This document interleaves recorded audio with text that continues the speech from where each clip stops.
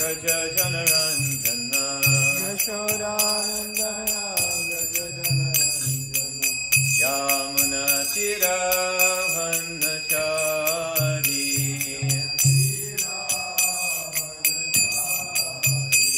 Yamuna Tiravanachari Yamuna Tiravanachari Jaya Radha Madhava Kunja Bihari Jaya Ram Bihari Jaya Radha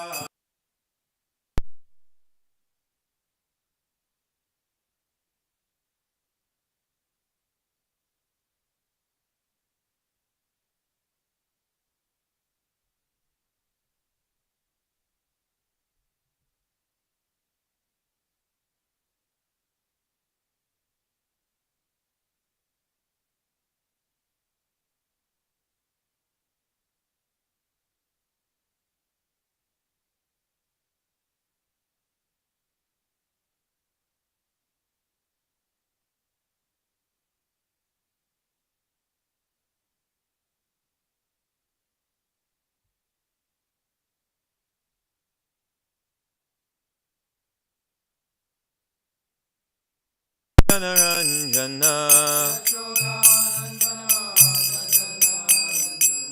Yamuna Tiravanachari Yamuna Tiravanachari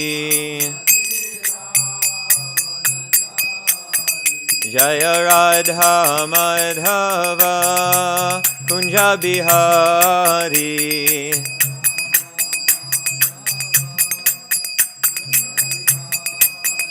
Jaya Radha Madhava Kunja Bihari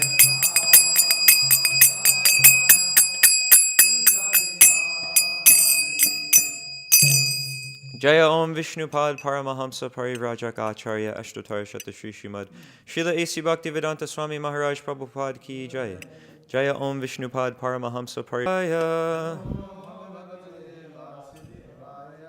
Srimad Bhagavatam, Canto 3, Chapter 3, Text 18. Avyajayat Dharma Sutam Ashvamedhai Tribi Vibhu Saha Api Shmam Anujay Rakshan Reme Krishnam Anuvrataha Ayajaya Dharma Sutam Ashvamedhai Stribir Vibhu Sopikshmam Anujay Rakshan Reme Krishnam Anuvrataha Ayajaya Dharma Sutam Ashvamedhai Stribir Vibhu Sopikshmam Anujay Rakshan Reme Krishnam Anuvrataha Ayajaya Dharma Sutam Ashvamedhai Stribir Vibhu Sopikshmam Anujay Rakshan Reme Krishnam Anuvrataha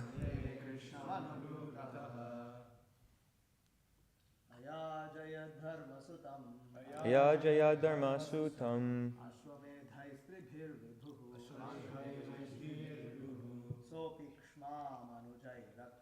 Sopikshmam Anujay Rakshan Reme Krishnam Anuvrataha Ayajaya Dharma Sutam Ashvamedhai Strivir Vibhu Sopikshmam Anujay Rakshan Rime Krishnam Anuvrataha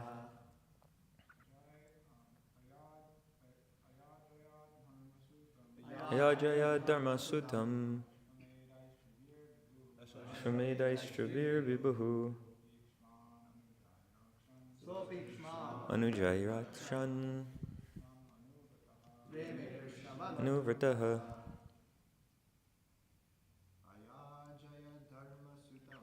Ayajaya Dharma Sutam Ashramedai Stribir Vibhu Sopikshmam Anujayrakshan Rime Krishnam Anuvrataha Ayajaya Dharma Sutam Dharma Sutam Ashwamedha Stribir Vibhu Ashramedha Stribir Vibhu Shamam Anujay Rakshan Sopikshmam Anujayrakshan Reme Krishnam Anuvrataha Rime Krishnam Anuvrataha Messages? Ayajaya Dharma Sutam Ashramedai Stribir Vibhu Sopikshmam Anujayrakshan Rime Krishnam Anuvrataha Ayajaya Dharma Sutam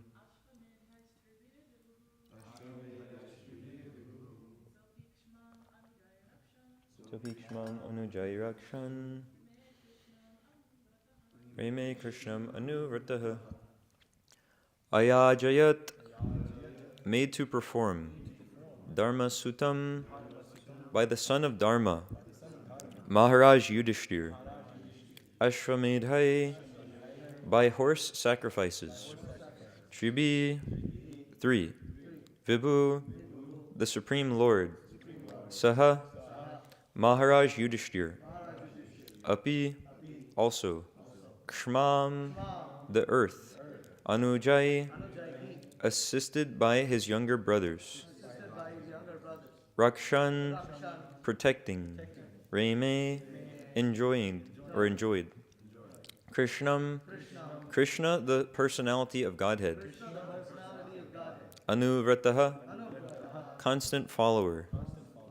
Translation: the Supreme Lord induced the son of Dharma to perform 3 horse sacrifices, and Maharaj Yudhishthir, constantly following Krishna, the personality of Godhead, protected and enjoyed the earth, assisted by his younger brothers. Purport: Maharaj Yudhishthir was the ideal monarchical representative on the earth because he was a constant follower of the Supreme Lord Sri Krishna. As stated in the Vedas, Ishopanishad, the Lord is the proprietor of the entire manifested cosmic creation, which presents a chance for the conditioned souls to revive their eternal relationship with the Lord and thus go back to Godhead, back home. The whole system of the material world is arranged with that program and plan. Anyone who violates the plan is punished by the law of nature, which is acting by the direction of the Supreme Lord. Maharaj Yudhishthir was installed on the throne of the earth as a representative of the Lord. The king is always expected to be the representative of the Lord. Perfect monarchy necessitates representation of the supreme will of the Lord, and Maharaj Yudhishthir was the ideal monarch on this supreme principle. Both the king and the subjects were happy in the discharge of worldly duties, and thus protection of the citizens and enjoyment of natural life, with full cooperation of material nature, followed in the reign of Maharaj Yudhishthir and his worthy descendants like Maharaj Parikshit. Om Agyana Tamarandasya Gyananjana Shalakaya Chakshurun Militam Yena Tasmai Shri Gurave Namaha Shri Chaitanya Mano Bhishtam Shrapitam Yena Bhutale Swayam Rupa Kadamayam Dadati Swapadantikam Vandeham Shri Guru Shri Utav Padakamalam Shri Gurun Vaishnavamscha Shri Rupam Sagrajatam Sahagana Raganathan Vitam Tam Sajivam Sadvaitam Savadutam Prijna Sahitam Krishna Chaitanya Devam Shri Radha Krishna Padan Sahagana Lalita Shri Vishakan Vitamscha Hey Krishna Karuna Sindho Dinabandho Jagatpate Gopesha Gopika Kanta Radha Kanta Namostate Tapta Kanchana Gaurangi Radhe Vrindavaneshwari Vrishabhanu Sute Devi Pranamami Hare Priye Vanchakalpa Tarubhyascha Kripa Sindhubhya Evacha Patitanam Pavanebhyo Vaishnavebhyo Namo Namaha Nama Om Vishnu Padaya Krishna Prashnaya Bhutale Srimate Danavirga Swami Niti Namine Nama Om Vishnu Padaya Krishna Prashtaya Bhutale Srimate Bhaktivedanta Swaminiti Namine Namaste Saraswati Deve Gauravani Pacharine Nirvishesha Shunyavadi Paschatya Desitarine. The Supreme Lord induced the son of Dharma to perform 3 horse sacrifices, and Maharaj Yudhishthira, constantly following Krishna, the personality of Godhead, protected and enjoyed the earth, assisted by his younger brothers. So Krishna induced Maharaj Yudhishthira to do these Ashvamedha sacrifices, and in the Vedic culture, these sacrifices are there, and this horse sacrifice declares someone as the ruler of the whole earth or the whole area where they send out this the sacrificial horse. So as the king, he finds a very specific type of horse. It's got like a certain colored ear, certain color whole body. It's very specific. It's a special horse. And then they send that horse out around the whole empire, and any kings that want to contest this king and say that he's actually not going to be the supreme ruler, I'm better, that what they would do is capture the horse, and then they have to fight with the king's army to the death. And so if they lose, they die, and then that king the horse goes on to the next person. And so if the horse goes all the way around the whole area and comes back to the king, then they do this yagya, this sacrifice, and he can be installed as the ruler of the whole area. So also this horse sacrifice, it's not that, it doesn't justify animal killing. Like we hear this point a lot in Srila Prabhupada's books, that it's not that someone can just take any animal or any horse and kill it, and then it's okay because they did this yagya. But actually the whole thing that takes place is that there are brahmanas there who are qualified to chant mantras in a perfect way, and to test the potency of their chanting of the mantras, the sacrifice is done. So if they chant it correctly and everything's done correctly, then this horse, when it enters when it is killed, it comes actually out with a new life. So its life is rejuvenated, which is a good deal for the horse because it's old to begin with, and now it gets a new, younger body. So these types of yagyas, they're not actually useful in Kali Yuga, or they're not meant to be done in Kali Yuga because there's no Brahmins who can properly chant the mantras. So if it was to be done, then the animal would probably just die, and there wouldn't be any good result.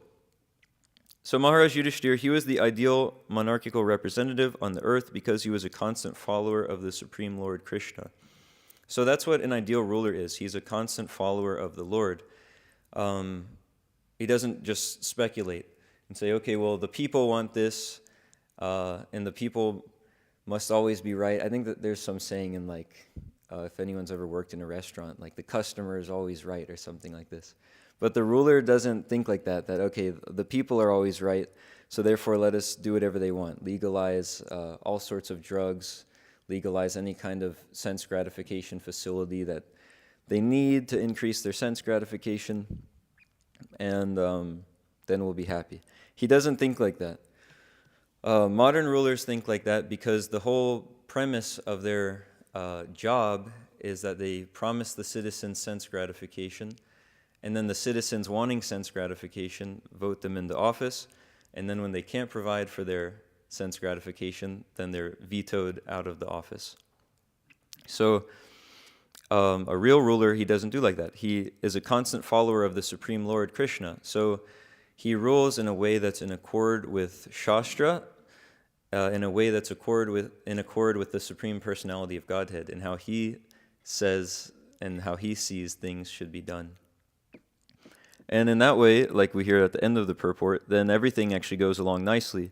The king and his subjects were happy in the discharge of worldly duties, and thus protection of the citizens and enjoyment of natural life with full cooperation of material nature followed in the reign of Maharaj Yudhishthir and his worthy descendants like Maharaj Parikshit.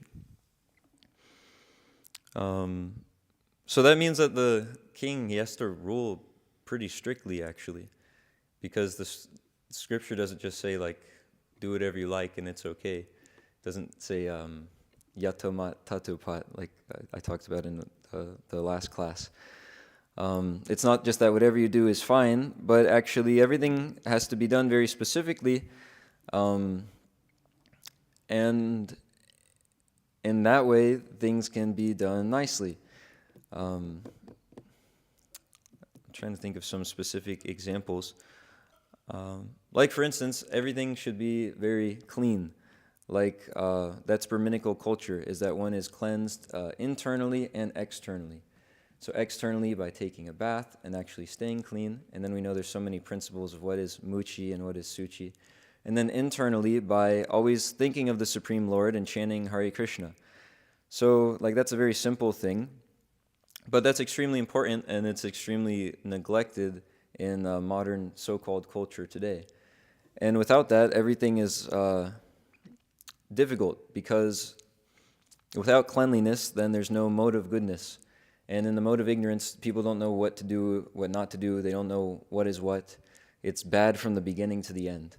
So I can't think of any sort of law or like ruling in modern governments that like instill cleanliness in the citizens. I don't know if anyone can think of any. But yeah, I don't think there is a single one.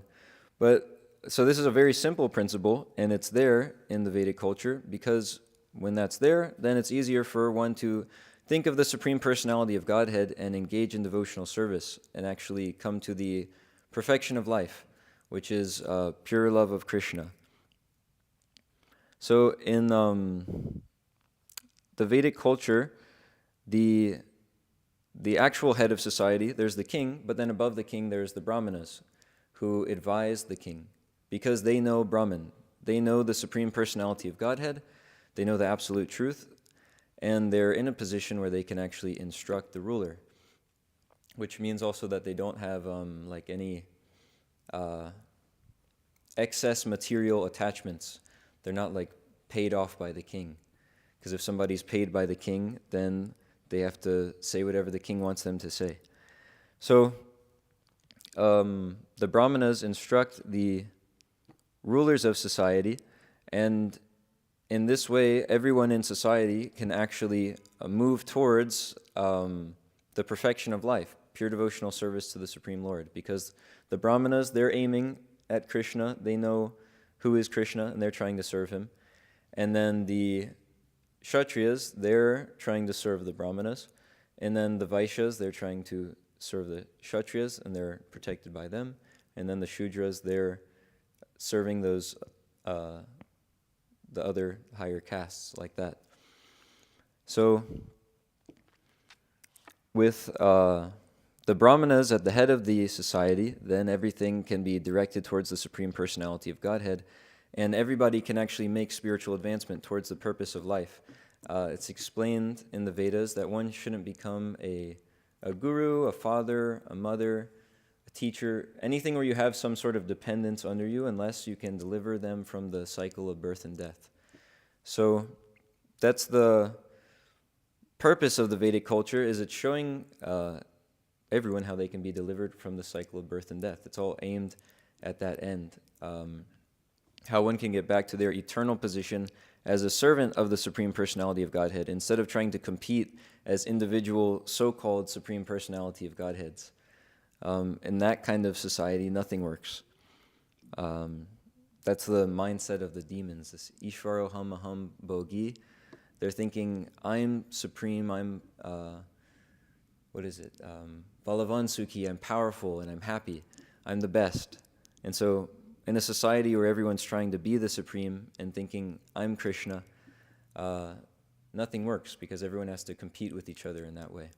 But in a society that's actually directed towards serving those who know Krishna, then everything can go along nicely and people can come to the perfection of life. Sorry, 1 second, I need water.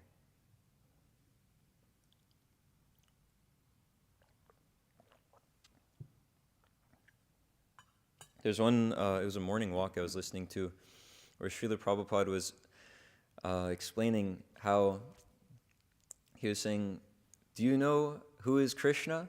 And then giving like the response of like a normal demoniac person, no. And then he said, and he was saying that the world would eventually be like this, explaining that if you don't know, that there's no room for demoniac persons in actually a world that's run by a devotee. It sounds intense, but it makes sense if you look at the examples that are given in the Srimad Bhagavatam, like with Maharaj Parikshit, when he sees the personality of Kali beating a cow, which is extremely demoniac. It's not in line with any sort of shastric principle or any way a devotee would live. It's completely insane. He instantly takes out his sword and he's ready to kill this person who's imitating a king, this personification of Kali. So in a kingdom that's ruled by devotees, there's a strict ruler, and in this way, people can be protected and know what is what, know what to do, what not to do. So this example of Srila Prabhupada in this morning walk saying this thing shows that it's like in a devotee kingdom, it's not something like lackadaisical or kind of like nonchalant, but there's actually a strict rule going on. And that's for the betterment of everybody, because if everything is just anyone can do whatever they want, then everyone is in danger, because what one person wants to do will completely endanger another group of people. Like if somebody's a rapist, they want to rape people, then so many other people are going to be distressed and suffer because that person, if their desire is facilitated, then everything is horrible.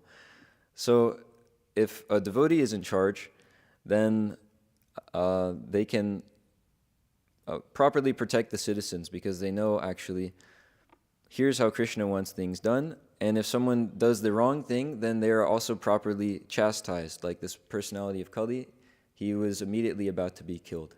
Instead, he was let to be in just a specific place. He was more or less exiled from the kingdom. There's other examples of this. Oh yeah, in the Srimad Bhagavatam, there's one purport where Srila Prabhupada is explaining how the government should function in like a Vaishnava world. And he explains that if like a devotee is put in charge, one of the first things they should do is the people who are committing sinful activities, such as the people who are providing for large-scale intoxication with like stores and all these things, like the heads of intoxication in the country, they should be killed in a very exemplary way, like publicly, because then those who also want to engage in these sinful activities, they'll get the proper education by seeing that, okay, if I do this activity, I'm highly at risk of my life is on the line. So then they can actually be controlled and not do it. Like there's some countries still where I think if people are caught stealing, their hand is cut off. And in those countries, there's not much theft. So if there's a strong ruler, then people are a lot safer. Like we see with King Vena, even though he was not a good example of a ruler, he was a demoniac ruler. One good thing was, since he was so strict and fearful, the thieves and the rogues were curbed in his kingdom. But once he was killed by the Brahmanas, which was also a good thing because he was a demon, so he shouldn't actually be in charge. Once he was killed, there was no ruler in charge, and then thieves and rogues were running rampant. It was a very dangerous place. So we see a ruler actually has to be strong, otherwise they can't rule the country, and the citizens won't actually be protected. There's another nice example that is also kind of an intense example, where Srila Prabhupada was explaining how Gandhi was trying to use the Bhagavad Gita, use Krishna's message for teaching the philosophy of nonviolence. Which you see, that's not the Bhagavad Gita, because he's telling Arjuna to fight. as a perfect devotee, Krishna wanted the Pandavas to be in charge of the kingdom. So he doesn't tell them just be nonviolent and it'll be okay. Or one that's kind of funnier that I've heard Srila Prabhupada explain. He doesn't tell Arjuna that, okay, since you're my friend and I'm the supreme, you just sit on the chariot and smoke ganja and I'll take care of everything. He doesn't tell him anything like this, but he tells Arjuna to actually fight and kill the demons. So Gandhi was using this Bhagavad Gita, in which Krishna's devotee is told to fight for the sake of religious principles.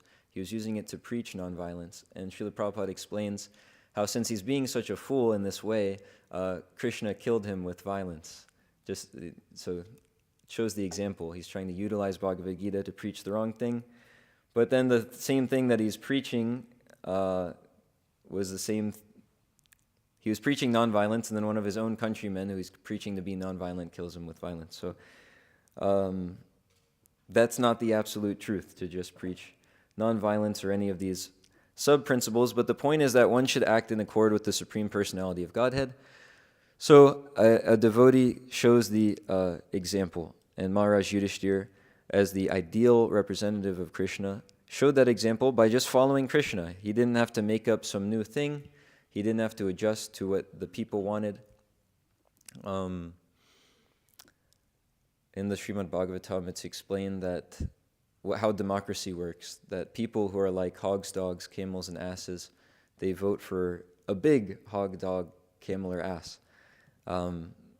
So this idea of democracy in today's day and age where everyone should select a ruler, it's often described as nonsense because the common man is not very well educated. He's not trained.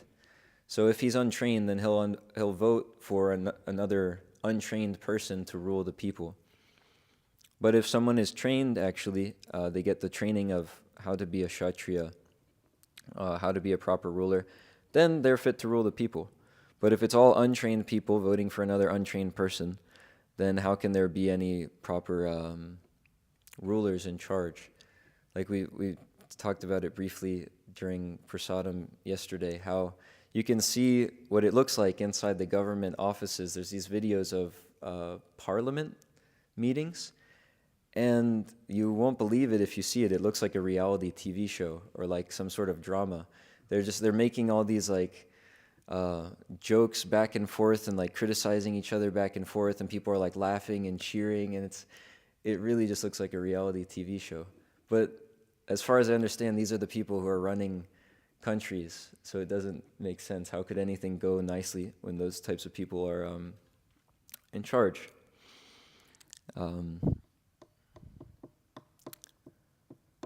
When I was speaking about that point on how Srila Prabhupada mentioned that quote there's that quote of Srila Prabhupada where he's saying, do you know who is Krishna? No. And he was saying how things would be like that, like we see in Maharaj Parikshit's kingdom where he's ready to kill the personality of Kali. And I mentioned that just at a Sunday feast to someone who he was there, and I thought, he's a devotee because he chants and he's playing the mridanga for everybody. He was also wearing shorts, so maybe that could have been a cue not to speak on those kind of things with him. But when I was saying that, he got kind of fired up, and he was like, no, that doesn't make any sense. He's just joking. He doesn't really mean it. And I was saying, well, in the Bhagavatam, there is Srila Prabhupada explains how a government should be run, and those people who are making society horrible, those who are selling intoxication, they should be killed and everything, and capital punishment is there. It's good for if one's a murderer, because in their next life they would have to suffer so much and all this.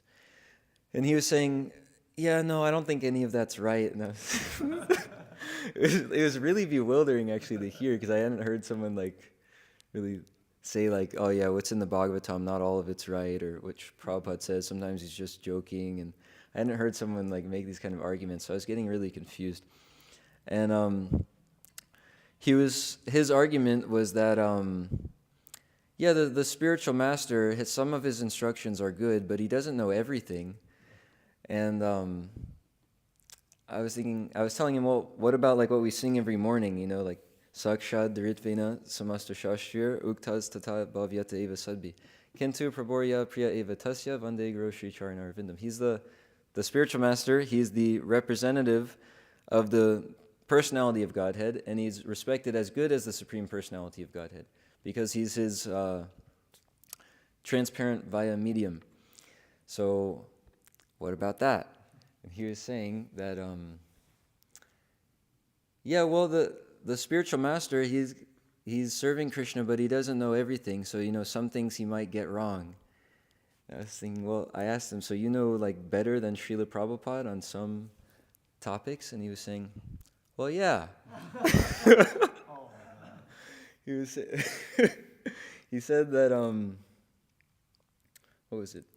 That some instructions the spiritual master gives, not everyone can follow them, so then I have to make up some better way of doing it, which just sounded completely insane.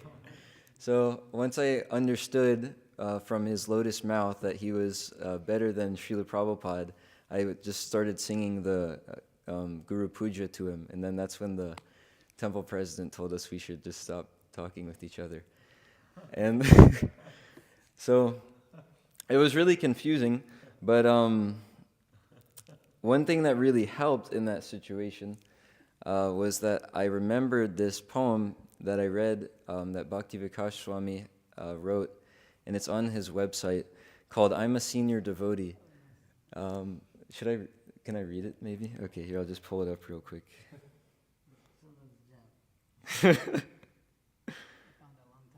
It's really helpful actually, because if you run into a bewildering situation where people who look like devotees are saying that you shouldn't listen to Srila Prabhupada, it's really confusing. But then you can remember this poem and be enlivened in Krishna consciousness. Okay, I am a senior devotee. That's the name of the poem. Sunday feast, bang that drum, have some fun. I am a senior devotee. Then the food, pure veg of course. Chat with friends in shorts and sneakers. Sports, jokes, light talk. Don't drink beer here. Cola is okay. I'm a senior devotee. Now don't you young guys be judgmental.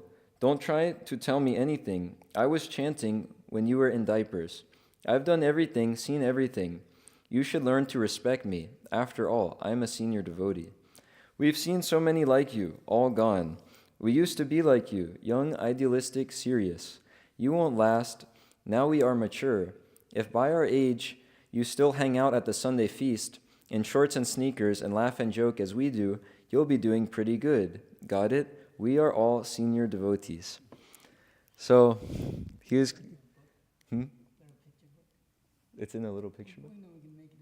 Oh yeah, it should be made into a little picture book. So he was kind of preaching in that mood. Because, yeah, he did tell me at the end of it that, you'll see, when you get more mature, you'll become like me and see that Prabhupada is wrong. That's more or less his idea. So this person's not sane, but we can see a devotee like Maharaj Yudhishthir, he knows that by following Krishna or Krishna's representative, then everything can be done properly. Not that due to some lacking on Krishna's part, supposedly, or on the part of his representative, I need to make up some new way of doing things. But actually, if I follow exactly what Krishna is saying in Bhagavad Gita, then everything is perfect. So Srila Prabhupada has given this perfect program that's just coming from Shastra and from Krishna, and it's been passed down by our acharyas, showing how we can perfect our life in one lifetime and go back home, back to Godhead. So it behooves everyone to take advantage of it, which means following the whole thing. And if one follows this program that's been set out, attending the morning program, rising early, taking only Krishna Prasadam, chanting 16 rounds attentively, preaching, distributing books, Dharma, Varnashram Dharma, farm communities, deity worship, everything. It's all there. Reading Srila Prabhupada's books. If someone takes advantage of the instructions of Srila Prabhupada and the instructions of the Shastra, then they can perfect their life and go back home, back to Godhead. And if someone properly does that, then they're also fit to properly guide others, like Maharaj Yudhishthir. But without doing that, without being the ideal representative of Krishna and strictly following Bhagavad Gita and Krishna's instructions, then one shouldn't be a guru, teacher, husband, wife, mother, anything where they could like be an example for others. So those are some points. It's a little early still. I think I took a note. I'll just check real quick on here. Oh, yeah, we also see other examples of strict ruler devotees. I can see the picture of him on the front of the Bhagavatam. I'm trying to remember his name. He was with, I think his wife's name was Archie. He's the Shaktivesh avatar. Yeah, Maharaj Prithu. He was such a strong ruler when sorry. He was such a strong ruler that when the personality of the earth wasn't properly performing her duty, he chastised her very heavily. He was ready to kill her with a bow and arrow, even though she took the form of a cow too. So it's like she was doing all these things to be like, no, I'm actually like, don't kill me, especially if I'm like a cow and all these things. But he was ready to very strictly make sure everyone was doing their duty.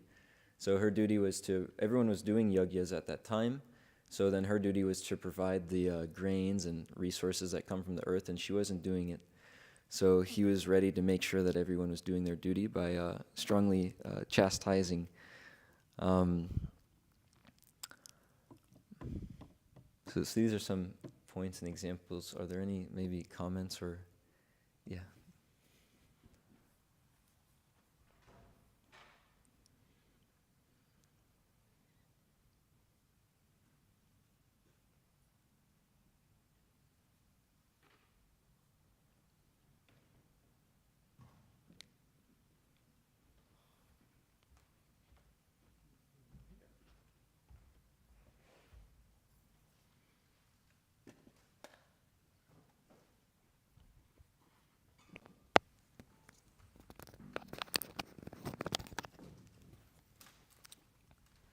One thing, these modern rulers, this government, is a system like you were saying.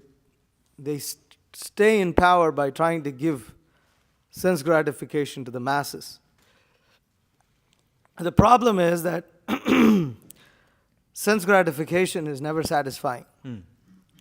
So the funny thing is, ultimately, they have to rule with some level of fear, or they dumb down the population. So what happens is they offer sense gratification, but then it's not satisfying.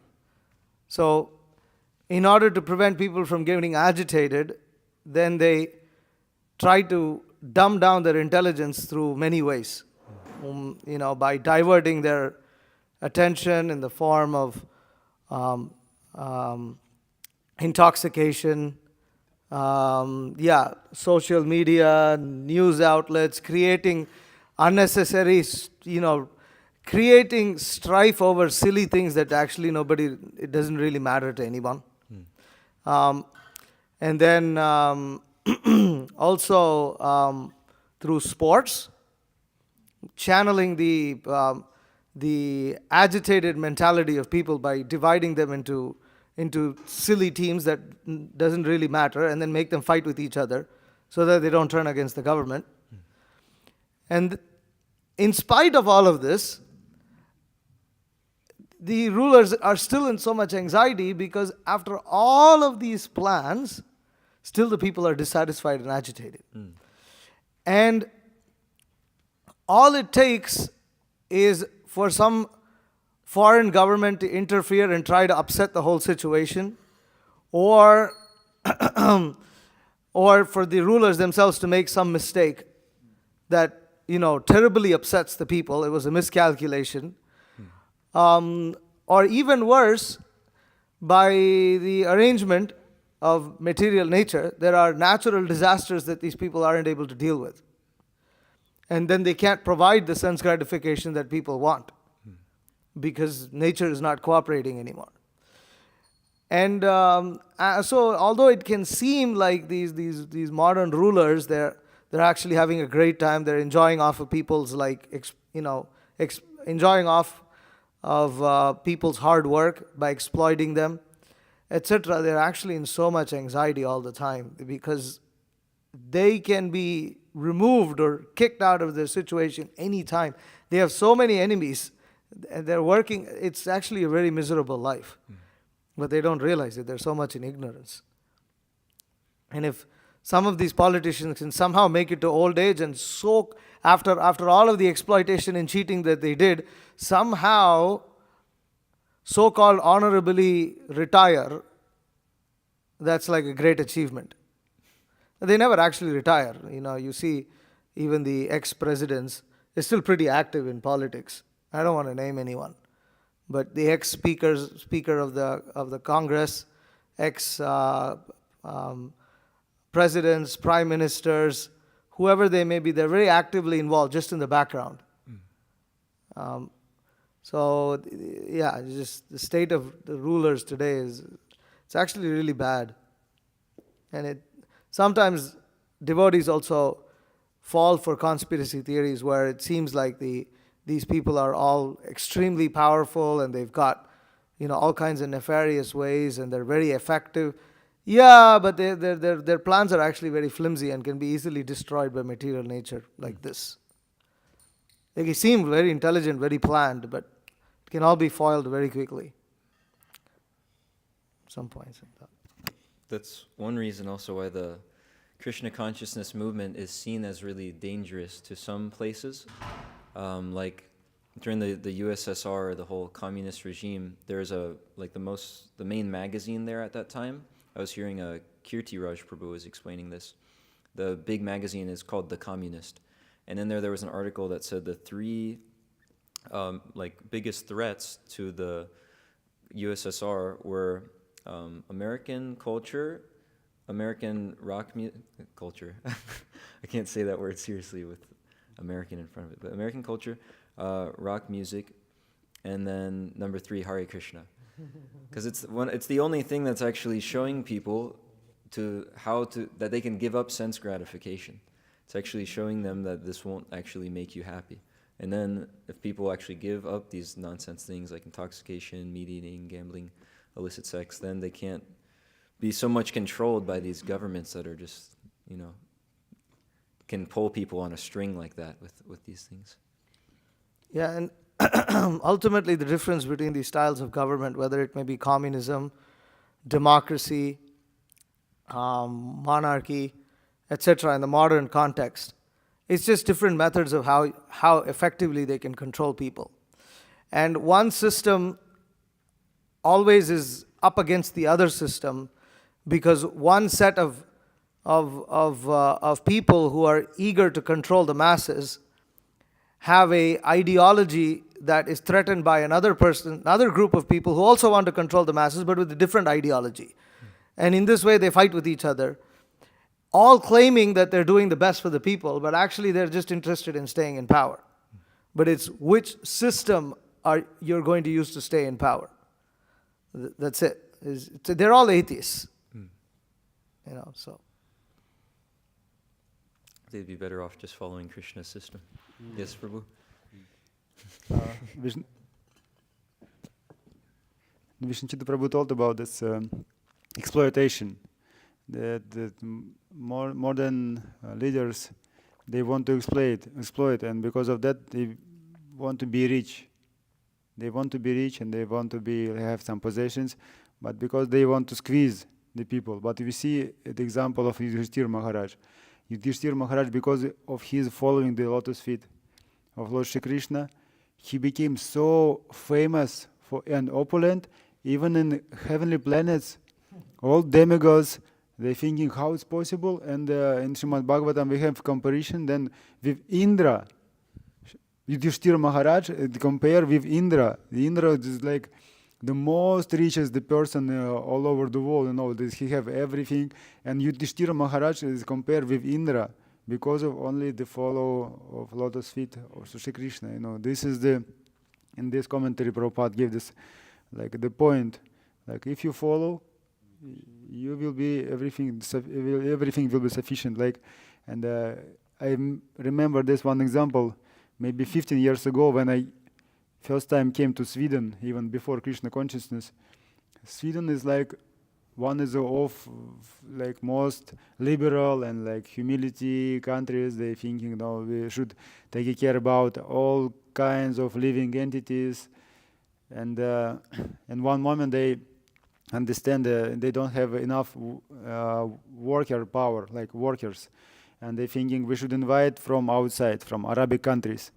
And I remember I saw in my room, I have some hotel, and I switch on the TV, and I saw the president or premier minister, who is in chief on the country. He told, we make some big mistake. We invite so many Arabic people, and now they disturb us so much, And really, I remember evening time, we went for some nightclubs in Stockholm, the capital of Sweden.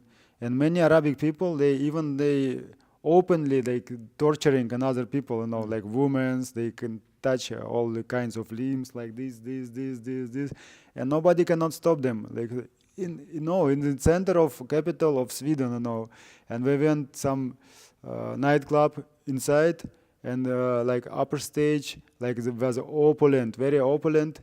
Like the champagne, this is silver cups, only white color people, And then we asked that what is underground, and they told us another for black people. And we came inside, and only black people was there, and they playing another type of music, like jazz, techno, like this something. And they was very angry when they saw white color people and they black people. You can see it is artificial.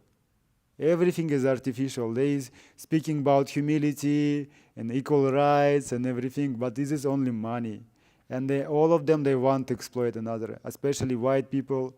And like in Germany also, I met recently one person from India. He's Indian, and he living in Germany. And he told still, it is Nazism, still is going. I don't believe him. How is possible? Now is 2024. Like, this was 70 years ago. But he told, it still is going on, This is amazing. This is really amazing. They're speaking like very politely, officially, very politely, but this is desire to exploit and earn money is, you cannot clear, like, only surrender to Krishna. No, that's it. No other options. That's another important point. How it doesn't like a teacher or a leader or a ruler says, even that's not the most important, but their character is what's really important. Like they might say so many things about like compassion, politeness, equality, all these things. But just like with parents, if you see the children, if their parents might say so many things, and don't smoke and all this, but if they smoke, and the kids are like, well, what the heck, you're doing it. They'll just do whatever the parents do. So I remember reading how education means actually like to like instill character in the students. But we see like in schools today, all the professors, a lot of my professors were drug addicts. Like I remember I had a middle school teacher she got kicked out of the school because she was passed out. It was my French teacher. She was passed out in the hallway like drunk. And then another, our religious studies teacher, he would tell us about his different like experiments with like different types of drugs. so then what's the character of the students? You see they're going to these parties, they're always intoxicated and all these things. My Guru Maharaj, he's in his Garga Samhita, there's one purport where he's explaining how the Brahmanas, they're the head of society, and since their character is, God conscious, then naturally the whole society becomes God conscious. Where he says today the people that are the head of the society, it's like these, these movie stars, rock stars, and all these things. They're like the ideal that people look up to. And in the purport he was saying, how different would the world be if there's these footprints in front of the Chinese theater in Hollywood. It's like a really famous place in LA. And everyone goes to worship these footprints, and they're all of like Chuck Norris and different movie stars, saying how different would the world be if there were the people were actually interested in going to see the footprints of like saintly persons, like Six Goswamis and like, all the devotees. That would make such a difference, but instead they want to touch the feet of like Oprah Winfrey and all this. Yeah. There was just one other thing I was reading yesterday. There was this verse in the Garga Samhita, before Krishna and Balaram enter Mathura. It was just something Nanda Maharaj had said that I found it really interesting. He was telling them, you can, both of you now, you can go and see Mathura, but be careful, this place is not Gokula. And my Guru Maharaj was writing how, because Kamsa was in charge in Mathura, then naturally the whole place is dangerous because a demon's in charge. So like that, if someone of bad character is in charge, then the citizens also will have bad character. The whole place becomes dangerous. Is there any other comments, questions? Yes, Prabhu. Yeah, I was reading often when this topic about like communist Russia would come up, Prabhupada would often try to relate with them. Like when they would speak about communism, he would talk about like spiritual communism, and how actually we're trying to establish like this spiritual communism.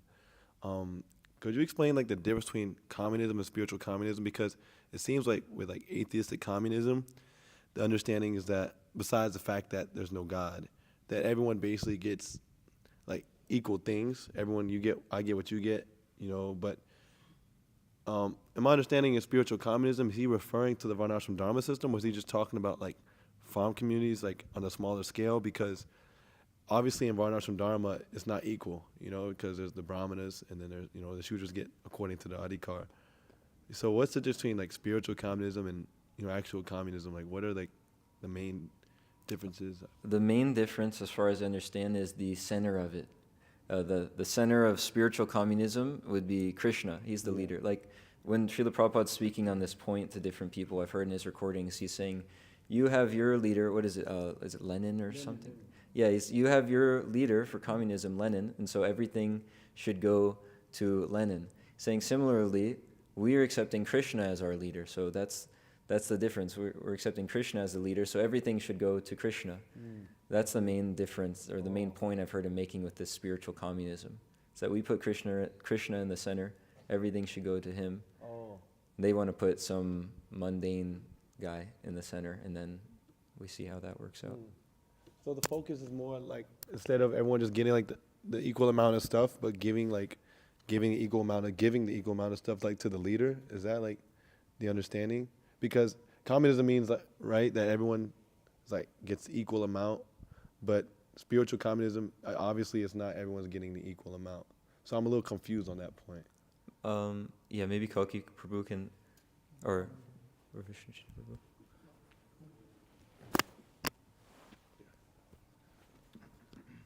Well, the important point is that the difference between communism and capitalism is proprietorship.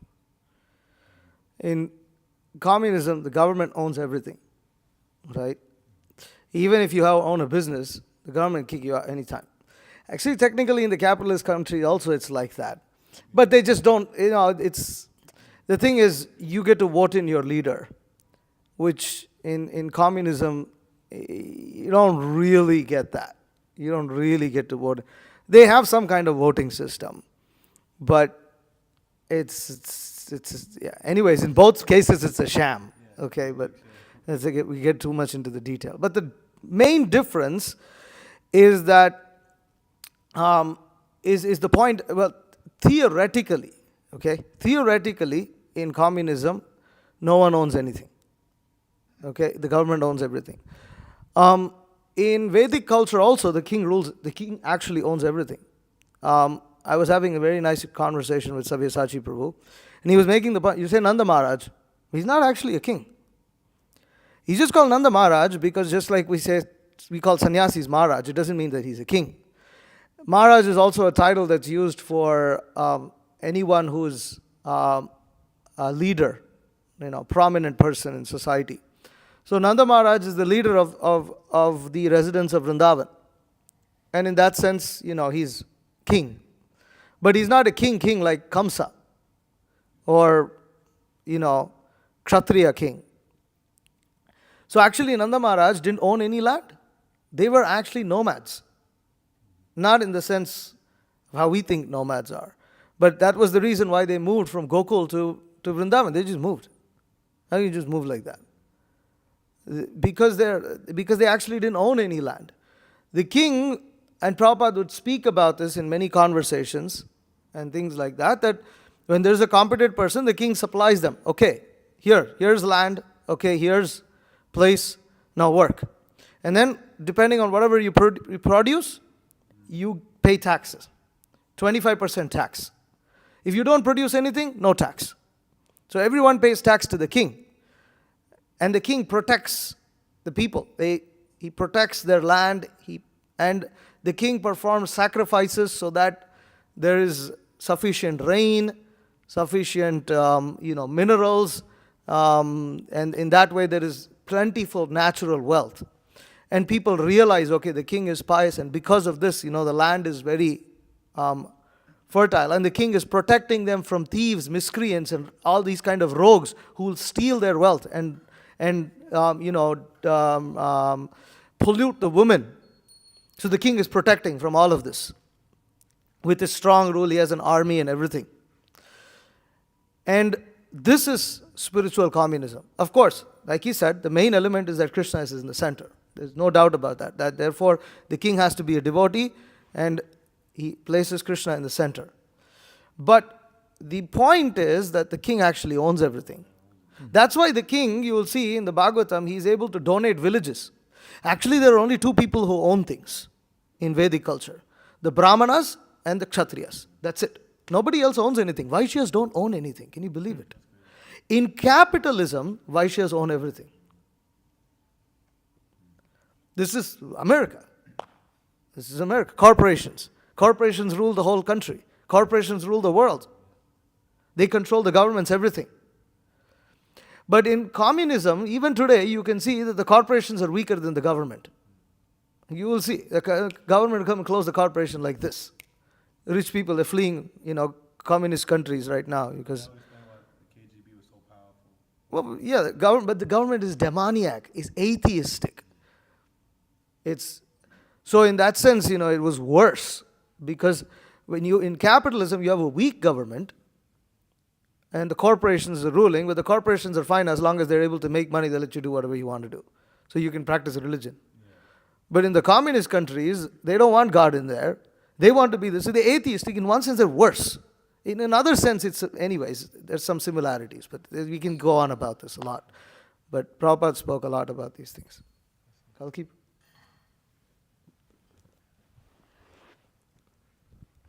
Hare Krishna. But, just to elaborate just a little bit, but at least one of the main philosophies of communism, Vishnu Prabhu was touching that point, but is the whole idea that, whatever, a free market economy, that if you have individuals, if you can make as much wealth as you want, then people will rise to the top naturally who are, anyways, more capable and things, and that's there. In human society, there are people that are, more capable of making money than others. But anyways, people will get on top, and then they'll exploit people on the bottom. So then, therefore, the whole idea is that has to be cut out. Otherwise, the lower class gets exploited. So that's the central, one of the tenets of the central philosophy.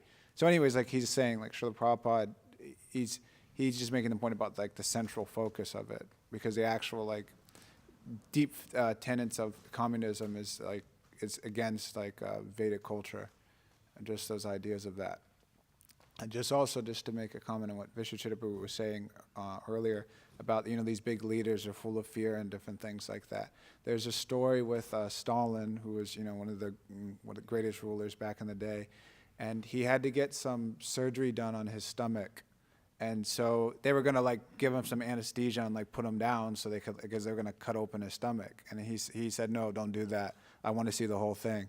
Why was that? Because he was scared, because he's thinking, if they put me down, then someone could just break in and try to kill me. So therefore I need to be awake and see the whole thing, the operation.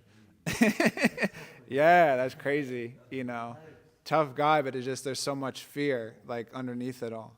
like that. And anyways, I'm sure when he died, he was very scared. So maybe it's just not. Huh? Yeah, that's what I heard actually. That he, yeah. That, yeah, yeah. I heard that like he went to like lay down or something like that or whatever. And then he would like something along those lines. That was a while ago that I read about that, but it was back in high school. Yeah. Yeah. That's how that whole reign was. It was just killing one person, killing another, and then like that. Yeah.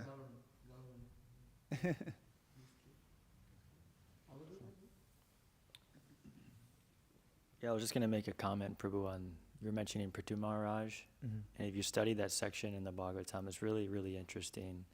Because Prithu Maharaj is threatening to not only kill the cow, but he's actually saying, I'll cut you to pieces and feed you to the citizens. Because she's eating the grass, but then she's not producing the milk. And then, therefore, they're not able to produce their grains. So in that section, Prabhupada gives all these elaborate purports about the common, or the atheistic government. They're actually taking all the grains and they're dumping them in the ocean. And then people are becoming more dependent on slaughterhouses. And it's just this whole crazy society. We really have to start crop protection. Hi. Any other comments or questions?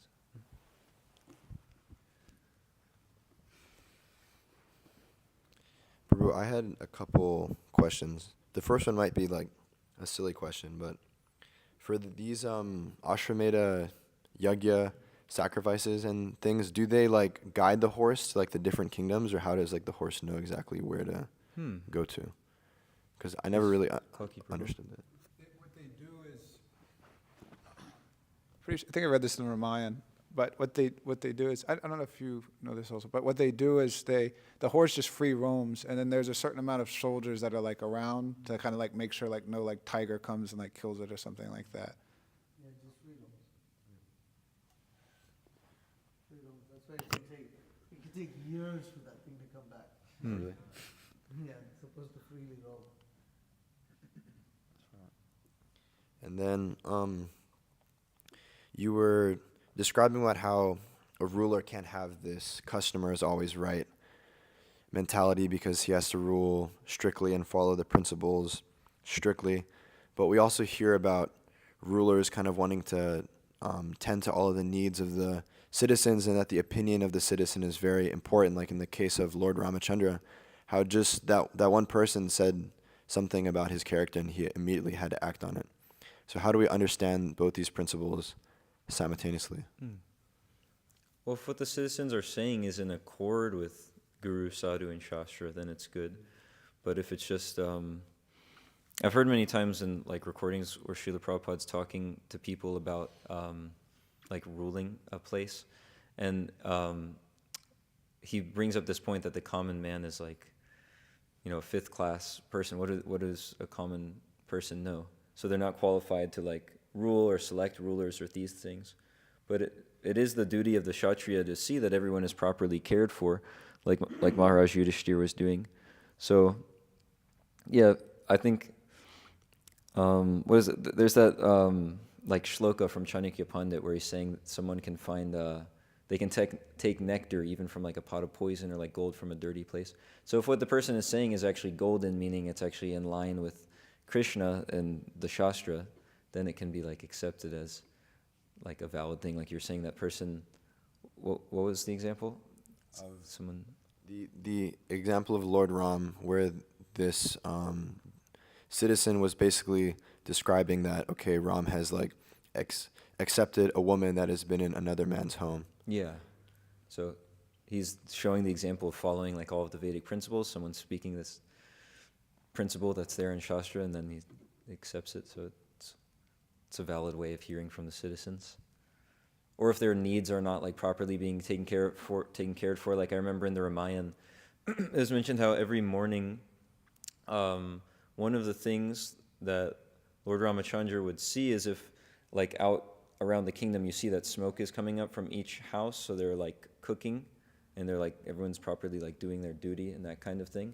And if that's not happening, then they would know that there's some problem over there at that house and go and check on it. So yeah, the ruler sees that the needs of the citizens are cared for as well. I had one last question, if it's Okay, okay. yeah. We were reading this poem and briefly talking about, the senior devotee thing. We often hear different devotees talk about having a quote-unquote serious phase in their Krishna consciousness, where it isn't necessarily that they're like the individuals described in that poem where they just hang out in like jeans and just do whatever the hell they want. And you'd be like, oh, when you're as old as I am, then you'll understand. But they describe that, yeah, at one point in my life I was practicing more seriously, but now it's like a little less. How do we understand those people, and how do we kind of apply that, I guess? How do we understand someone who's like, they're practicing seriously, but now they're practicing a little bit like not so seriously? Well, it isn't that they aren't practicing seriously anymore. It's mostly that their like outlook has sort of changed. If someone's like in a position where they're not practicing seriously, but they have like, if they have the desire to actually follow properly, and they're not like lamenting, but they see that what they're doing is not the proper standard, and they want to come to the proper standard, that's good. But if they're saying that, hey, actually the proper standard doesn't exist, or you're gonna be just like me, and like or just the mode of ignorance, they're just saying against what's actually given in Shastra, then that's not good association.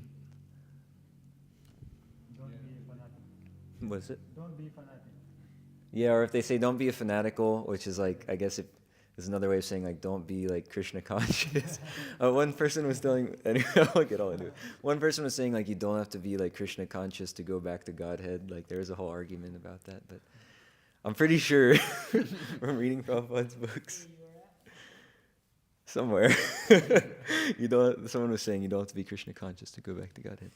But yeah, so that's not something that we would want to take to heart and hear, but we can just correct them by showing like any purport from the Srimad Bhagavatam that, hey, actually you have to practice Krishna consciousness to be Krishna conscious, to go back to where Krishna is. So, like that. And the yajna, I just wanted to mention, because we're hearing about the horse sacrifice, but the yajna that's prescribed for this day and age, which Lord Chaitanya came to show, is the Sankirtan yajna. So we can engage in that in distributing the books of Srila Prabhupada and this Krishna conscious literature. And in this way, the whole world can become a devotee kingdom or a devotee world, like when Maharaj Yudhishthira was ruling. And for that to happen, then there also needs to be proper Varnashram Dharma farm communities where people can see. They get the book, and then what are they going to see after they get it? And they want to come and check everything out. If that's there, then they can see how devotees actually live.